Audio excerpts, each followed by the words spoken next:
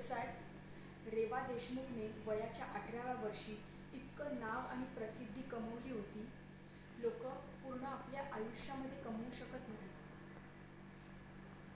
रेवा देशमुख फक्त एक popular T V star नव्हती, तर ती खूप मेहनती, अत्यंत प्रेमळ आणि खुश आणि आनंदी राहणारी मुलगी होती. ती मुलगी आता 18 वर्षाची झाली होती आणि तिचं उज्ज्वल भविष्य तिच्या समोर होतं. पण हे सगळं एका रात्री एका भयानक आणि विचित्र पद्धतीने संपवण्यात आलं.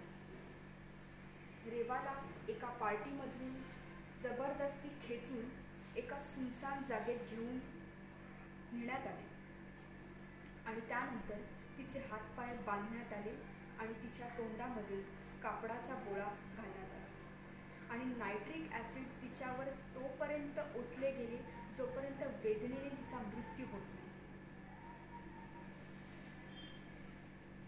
जजसाहेब, त्या रात्री आपण रेवा देशमुखला कायमचं गमावलं.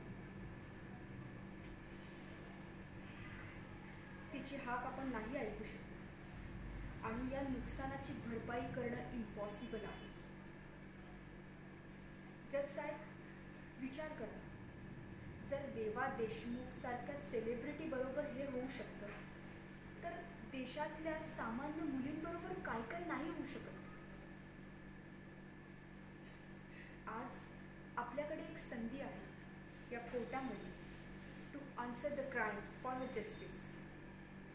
आणि माझी कोर्टाला अशी नम्र विनंती आहे की आरोपींना मरेपर्यंत फाशीची शिक्षा सुनावण्यात येईल. Thank you madam.